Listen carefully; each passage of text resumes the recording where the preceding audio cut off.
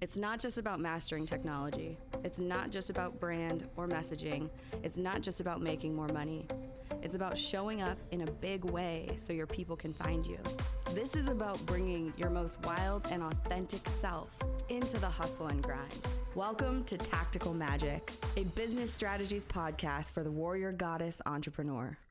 Hey everyone, welcome back to Tactical Magic. This is Molly Mandelberg, your host, and I have another amazing person on the line with me today, fellow writer and creator.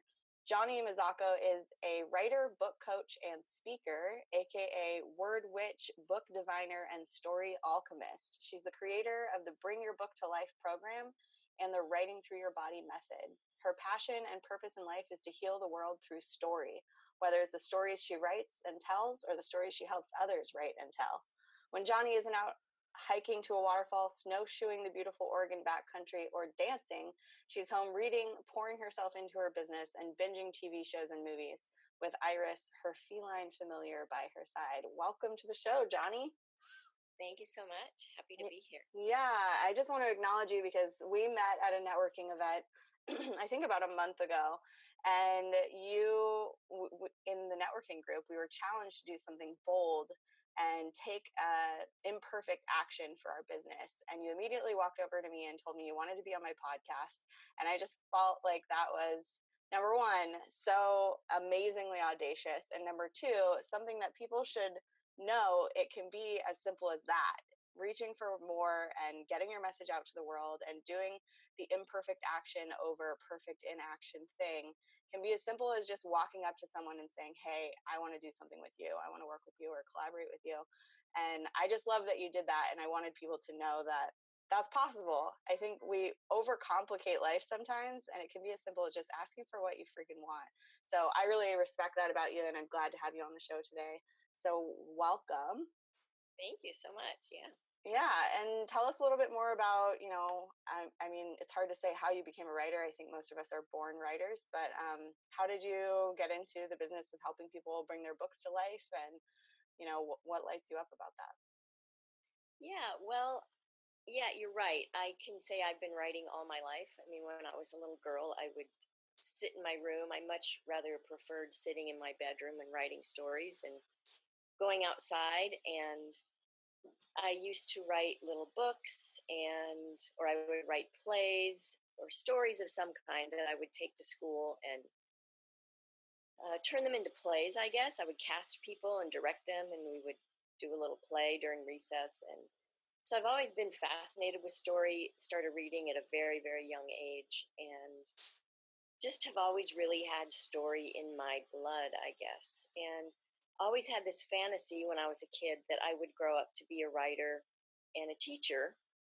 And without consciously really doing that, I mean, I took many paths to get where I am, but that's what I'm doing now. So it's kind of fun to look back and think about those fantasies I had and see how they just sort of, I unwittingly kind of made them happen. And I fancied myself as a novelist, which has yet to happen. But I'm still here. So I do have a novel in the works. It's been in the works forever. Me too. And, I've been teaching college students how to write for a couple of decades now.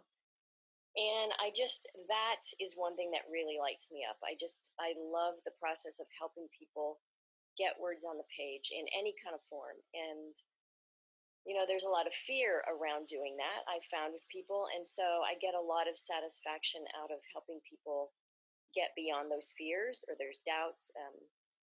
They come from all different sources, I think. And just due to a series of circumstances and events, probably 5 years ago, I think it was, I decided to start working for myself and take what I've been doing in the classroom out into the world. And, then it's just sort of evolved into helping people write books. It started out as workshops, and then I just started meeting people that said, I have this book idea and I don't know how to start it. And I came to realize that I have this intuitive way of just kind of seeing it all come together in my mind, and I can help people break it down. and figure out how to make it happen. So awesome. I love that. Yeah, I wrote a novel that has yet to be published too. I like to fancy myself a novelist as well. And I found that as I was writing that over the course of 5 years, there were things I didn't realize, like setups that I didn't realize hadn't been paid off, that I naturally, organically came to the end point of that balancing act in the storyline. Like something had needed to come to fruition or completion, and some part of me knew it and did it without me having to consciously say, oh, I need to make sure I pay off that one setup. So there is some like higher stuff at play when we go into storytelling, and especially when we go into the long form of an actual book, whether it's memoir, nonfiction, fiction. So I get that and I love that. And that's one of the most fun things to realize, I think, is that this book is coming from somewhere else that actually knows what it's doing, and we don't have to figure it all out. And when we spoke a few weeks ago, you had mentioned that you have this process of sort of teasing the story out so that it comes to life the way that it's meant to. And I wonder if you'd share a little bit more about that process with us. yeah, so it's called Writing Through the Body. And I do, first, I want to say I love what you just said. There is, it's either a higher power, the divine, or a deeper knowing within us that just knows. Yeah. And that's one of the things I like to help people access, because we do all know. And so the way Writing Through the Body works, it's a method that's based on the 7 chakras of the body, and it's character focused because, you know, a lot of times people say, well, we have to have conflict to have a story. And it's true, but we can't have conflict until we have people involved, right? So for me, it always comes back to the people or the characters. And, you know, and that's whether we're talking about fiction, memoir, nonfiction, because when I help people with nonfiction books, I also use the term character. I just prefer using that term, and it applies to all 3 in different ways. So Writing Through the Body is, as I said, based on the 7 main chakras of the body. And I take people first through a step-by-step process of really getting to know their protagonist. And so in memoir and fiction, you know, it's obvious who that might be. With nonfiction books, and generally the nonfiction books I help people write are in the self-help business realm that weaves in the author's personal story. And for me, that really is an essential piece. There has to always be a story component. Mm-hmm. And in the self-help nonfiction book, the character or protagonist becomes the ideal reader. So it's a lot like, like identifying your ideal client. Mm-hmm.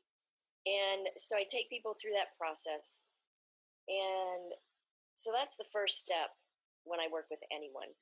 And then it kind of diverges from there.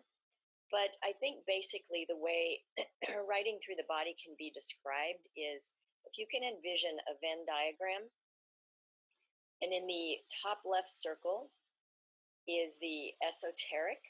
And so that is the chakra, the ancient chakra system. And by understanding it, we can really comprehend humanity and the human condition on a much deeper level. And so that greatly informs the choices we make about the characters. Another character in the self-help business realm book that I like to do work with clients on is the writer themselves, right? So in this process of using Writing Through the Body, not only do we get to understand our fictional characters, the people in our lives, if it's memoir, or our ideal reader, we also gain a deeper understanding of ourselves. Mm-hmm. And so it really has this multi-level effect, and it affects the writing and the writer. And then in the right upper circle of the Venn diagram, if you can imagine, it's saying creative, and that is the craft and practice of writing. And so I really like to work with people on, you know, approaching their writing as a practice, because oftentimes people say one of the reasons they don't write is they don't have time, and they wait for inspiration, and they get writer's block. And I think those are all mindset issues. Yeah. Um, I want to speak to that real quick, which I think you're going to go to also. It's just like any other activity. If you're waiting for the inspiration to go for a walk or go to the gym, but you haven't done it in years, it's going to be harder than if you did it a little bit every day. Like right. if you don't stretch before you go for a run, it's going to be physically more challenging. So if you don't stretch the writing muscle before you sit down and try to be inspired and write something awesome, then that muscle is atrophied. It's not as useful to you. Yeah, Yeah. absolutely. Yeah. So it is about making it a practice, making it regular.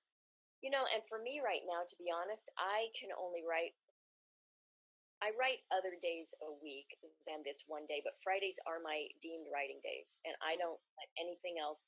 I might bookend meetings on either end of the day, but I don't let anything else interfere with that day. Then when I can find other time, I do it. Mm-hmm. So it's really is about, and what I do is I help people find time and bank time. I view it as money in some ways.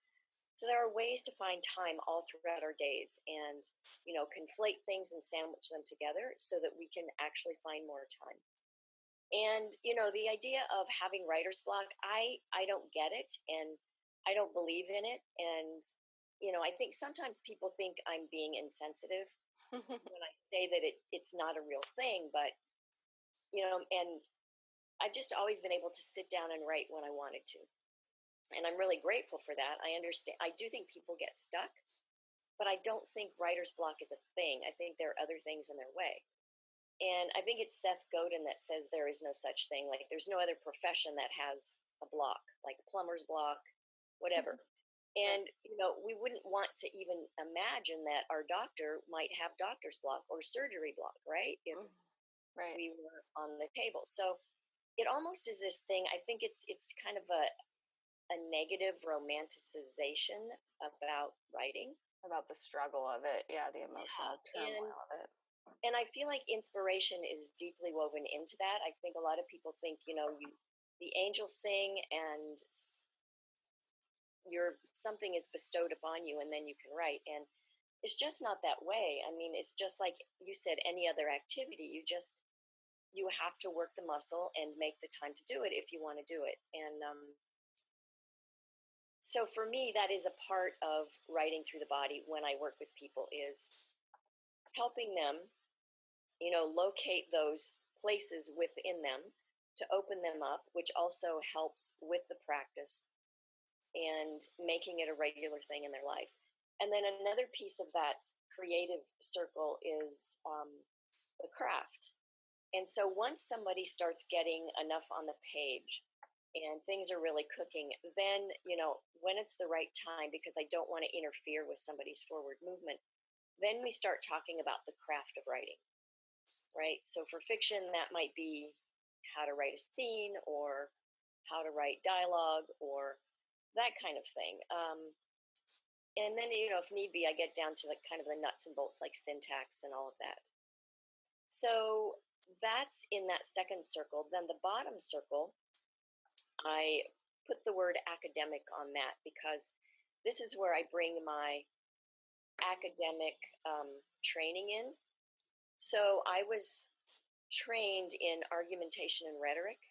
And so basically what I have historically done with college students when I teach them to write is how to write academic arguments, and which are based on the Socratic method of inquiry, right? And so, like my joke is that before Simon Sinek was telling us to ask why, Socrates was doing that. And Socrates based this method of inquiry on questions. And he believed to get to the real truths that concerned humanity, that we had to just continue to ask questions. And a very important question is why. And so that's another thing I do with my clients. I don't view myself as a dispenser of knowledge or someone who tells them what to do. I just ask a lot of questions and I help them find that wisdom that they already have inside them. And So that's basically how writing through the body works. I mean, there's a little more to it, but that's I think the best description of it. Um, and I developed it, like I said, about 5 years ago when I was in this position of, I started to panic when my work life changed, and then decided, okay, this is your chance to work for yourself. And that's when I started creating writing through the body, and tried it out in workshops first and found that it really is effective, and then it's just kind of evolved into what it is today. Mm-hmm. I love it. So it sounds like it's about getting clear on who you're writing about and for, what the story is there of the character evolution, and then redefining your story about when you can write and how you can write and how much you can write. And I actually just wanted to pinpoint in there what you said about giving yourself Fridays, like whether that's 1 hour a day or whether that's one whole day of the week or whatever the case may be. I think when you make an appointment with yourself like that to honor your writing, to honor your craft, to honor your project, that it almost creates an opening for that muse or that download to show up. It's like you're making an appointment with your inspiration, your creative flow zone, that if you're going to sit down and sit there, whether or not a word goes onto the page, you're committed to being there for your craft, for your project, that something else lines up and plays with you in that way. I find that to be true. So I love that you do that. And then the next stage is really, once you've gotten that flow open and you know who it is you're talking about and what it is you're trying to say, then how can you make that as juicy and dynamic and potent as possible through questions, through craft. I love it. That sounds like a really awesome system. And I do just want to say one thing, because I am a writer, and my mother's a writer for 40 years, and she teaches writing as well, that I think there is a flow to that creative process, and that's something that isn't honored in our society, is that sometimes there's an ebb and flow. There's the Brahma stage of inspiration, that lightning strike of creativity. And then sometimes we're in Vishnu, which is like we're plodding along, we're still creating, we're working towards the goal, but we're not super fired up from the inspiration anymore. And then there is a time where we're in Shiva, and Shiva is when we can't create anymore. And I think people get confused and think that it's writer's block, when really they've been pushing themselves so hard they haven't given themselves a rest. So I think what's amazing is you give yourself that day Friday where you're focusing on your writing, and you give yourself the spaciousness between those days that you get to reset naturally. So when you come back to your writing, you can really show up and you can be there with it. You can be present to it and allow it to come through you. But I think some people think they need to go every single day, and that they can expect that of themselves. And whether or not it's writer's block, it might just be that you're not giving yourself enough time to reset so that you can be creative and in flow again. I completely agree with you. It is a process. There's this ebb and flow, give and take to it all. And I like to use the analogy of sourdough starter. Mm-hmm. When I give talks, I talk about this. And so I feel like the creative process is very much like the way sourdough starter works, because so sourdough starter is basically flour, water, and yeast, and it sits on our counter or in the fridge. And first of all, to keep it alive, we have to keep adding to it, because it becomes this thing that is alive and it grows on itself. And which to me is very much what creative thoughts are. And we keep it healthy by adding to it, but then another way we keep it healthy is by extracting from it. And then we take a piece of it out and we create something new with it. So you take a piece of the sourdough starter out, you make a whole loaf of bread with it. Well, if it's not tended to, if it's not fed, and if you just let it go and you don't remove from it, it will keep growing in the space it's in. And then bad things happen. And like it can rot, and it can die, and it can implode, and it can explode. I mean, people have even had their sourdough starter explode all over their kitchen. And so I feel like that's what our creativity is within us. And I do believe, I just gave a talk the other day about this, and I was saying that I really believe when we have this compulsion to write or to express ourselves, it's our life force wanting to come out. And I think when we suppress it or hold it back or keep it to ourselves, it's very much like that sourdough starter. And I think it goes in other places within us.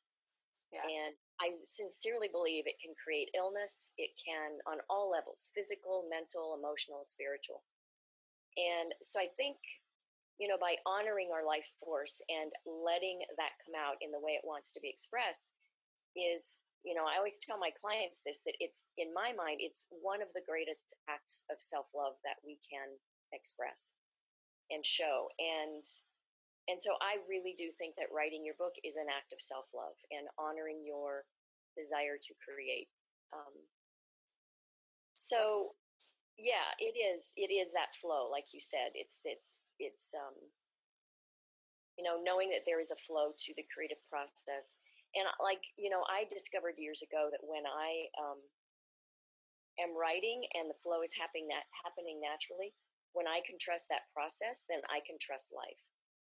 And it just, one feeds the other for me. Mm-hmm. I'm curious what you think. I'm sure a lot of people listening to this are either thinking, well, I've never wanted to write a book, or like, oh my God, I don't think I'll ever write my book. Or I know I have a book in me and I don't know where to begin. I'm curious if you have any insights on, well, number one, how does someone know it's time to start? And where could they begin? If they're not ready to commit to the whole book, what's a good place for them to just Yeah. start? Yeah. So I meet a lot of people just in networking, my day-to-day life, that when they find out what I do, they just say, oh, I have this book idea. I've had it for 5-10 years. Yeah. And so one thing is, the first place I tell everybody they can start is with the character. And so if you have a novel idea or a memoir that you want to write, I always tell people, start with the people first. And just make an exhaustive list of all the people that belong in that story, even if they seem minor. Make a list. And then the next thing is to write their histories or their backstories, because that's where we can get a lot of good information about them. And, you can be as extensive or not as you want to be. But the act of just doing that will get you in the writing mode. And I really recommend, oftentimes that people write by hand, because I think different things happen in our brain when we do that. I go back and forth between by hand and the keyboard, and we all just have to determine our own process. But getting those backstories written and getting some kind of flow going in your mind about who they are, who those people are, is the best place to start. And with a nonfiction self-help business book, it's with your ideal reader. And so, I always tell people, make an exhaustive list of everything you know about that person, and give them a name, a face, a physical appearance, and really get deep into the things that make them happy and sad, what they're afraid of, their deepest desire, their biggest secret that they don't want anyone to know. And, think about that again, write that down on paper, and then think about what their life may have been like up to this point, right? Because it's one thing to know where they are at this point in time and what's going to force them to maybe pick up your book and want to buy it. It's then essential to understand what got them to this point, right? Because a lot of that information is going to inform the contents of the book. And I look at a book like that as just the answer to your ideal reader's big question, right? And honestly, I think that's true for any book. I mean, I think when someone picks up a novel, and this is my academic argumentative writing background coming into play, but I believe everything in written form makes an argument of some kind. Even novels, poems, whatever. Yeah, it takes a stand. It has a perspective. Yeah. Mm-hmm. So yeah, in answer to your question, yeah, starting with the people is the best place to start, and just start writing about them. Mm-hmm. So much will come out of that. Yeah. I'm glad I asked this question, because I'm literally a few days away from digging into full-time writing my new book that I've been brewing for years and letting little bits of it out of me here and there. But Exciting. I'm about to go on a writing retreat with my mother crossing the Atlantic and getting this book out of me. So I'm glad I asked you that question. It definitely just got my brain and my life force energy going in all new different directions. So yeah. So what kinds of people do you most love to work with? Who is your ideal book person, book desiring writer? Yeah, well, let's see, how do I answer that? I've recently decided to niche down some. I'm still more than happy to work with novelists and memoirists. Those kinds of books, especially novels, take a lot longer to write. Mm-hmm. And so anybody that wants to do that needs to know that they're going to be in it for the long haul. And if they want to work with me, it's going to be over a pretty lengthy period of time. Mm-hmm. I mean, I think if someone has, first of all, someone who has the time, feels they have the time, or is willing to restructure their life, I'm really only interested in working with people who will do it. Who will make time for the work, yeah. Yeah. And, if they don't see the time now, I always tell people, well, I do complimentary consultations. And I just tell them, let's meet and talk about how we can find the time. And then if they're willing to make some changes, it's like working with any coach, right? If you want to accomplish something that you haven't been able to accomplish, it means you're going to have to make some changes. So that's my first thing, is either you have the time or you're willing to figure out how to create it.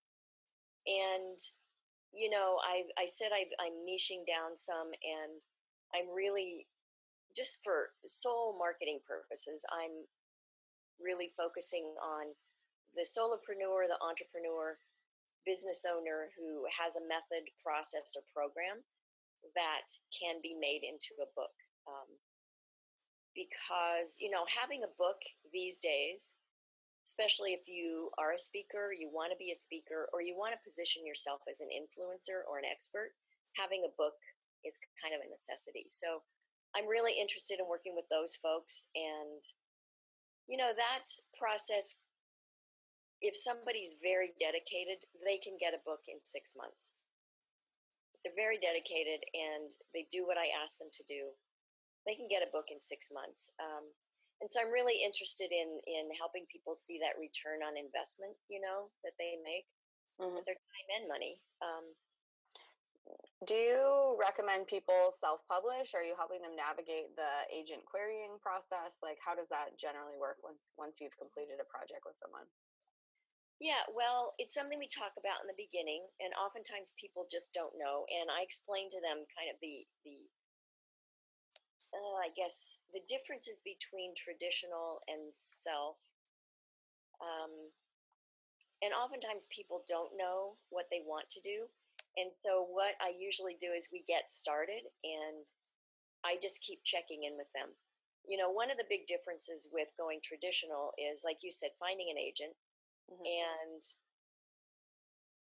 one of the expectations is with traditional publishing that if you have a nonfiction book, you will submit a proposal rather than the book. And, so right now I have to say all the people I'm working with, they all know that they want to self-publish. So it hasn't been anything to deal with. But, if someone's unsure, then my approach is then helping them get the first 3 chapters really solid. Because when submitting a proposal, also agents and publishers generally want to see 3 chapters from the book. And so I feel like, all right, let's get to the first 3 chapter point, see what you're thinking, and then we'll go from there. Mm-hmm. So, and I at this point, I do not provide that service of helping people find agents, but one of my goals is I do have someone that I know and very well and have great deal of respect for her and her business, and it's one thing that she does. And so what I'm doing right now is creating a stable of really expert people who can help people do those things, like find an agent and provide all sorts of editorial services and publishing services. and that kind of thing, so that I can at least guide people through this process and not just, leave them hanging at the end of a first draft. Right. But at least they've gotten their book created. And I just want to mention, Johnny and I are both from Portland. There's an amazing writers conference that happens every summer called Willamette Writers Conference. My mother used to be the president of that organization for about 18 years. And there's opportunities, there are conferences like this all over the world, and definitely all over this country, that you can actually go and you can pitch your book to agents live and in person.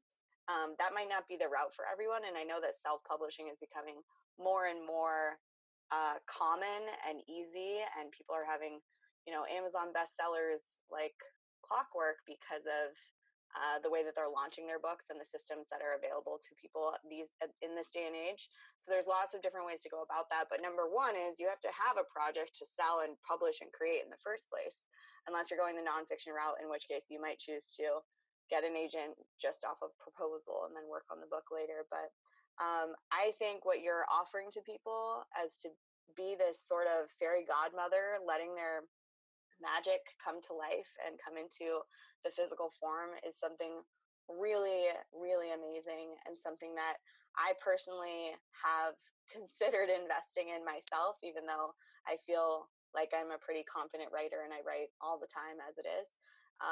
That having guidance and support and accountability when you're letting a project this big come to life is just that much more certain that you're going to complete it and that you're going to make something worth reading.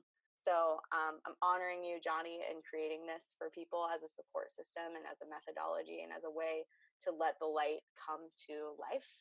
And I'm wondering, do you want to share any links or anything that people can go to, or any last things you want to say to people before we go?